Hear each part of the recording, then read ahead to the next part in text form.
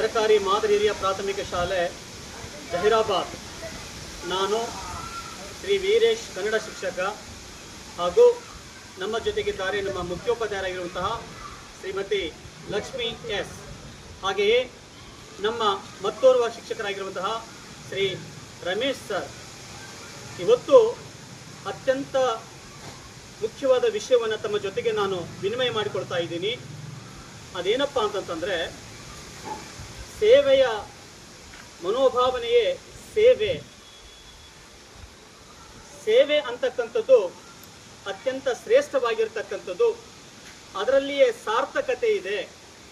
ಅದರಲ್ಲಿಯೂ ವಿಶೇಷವಾಗಿ ಇವತ್ತೇನು ನಮ್ಮ ಕರ್ನಾಟಕದಲ್ಲಿ ಕನ್ನಡ ಶಾಲೆಗಳನ್ನು ಮುಚ್ಚುವಂತಹ ಪರಿಸ್ಥಿತಿ ಏನು ಬರ್ತಾ ಇದೆ, ಅಂತಹ ಒಂದು ಸಂದರ್ಭದಲ್ಲಿ ನಮ್ಮ ರಾಯಚೂರಿನ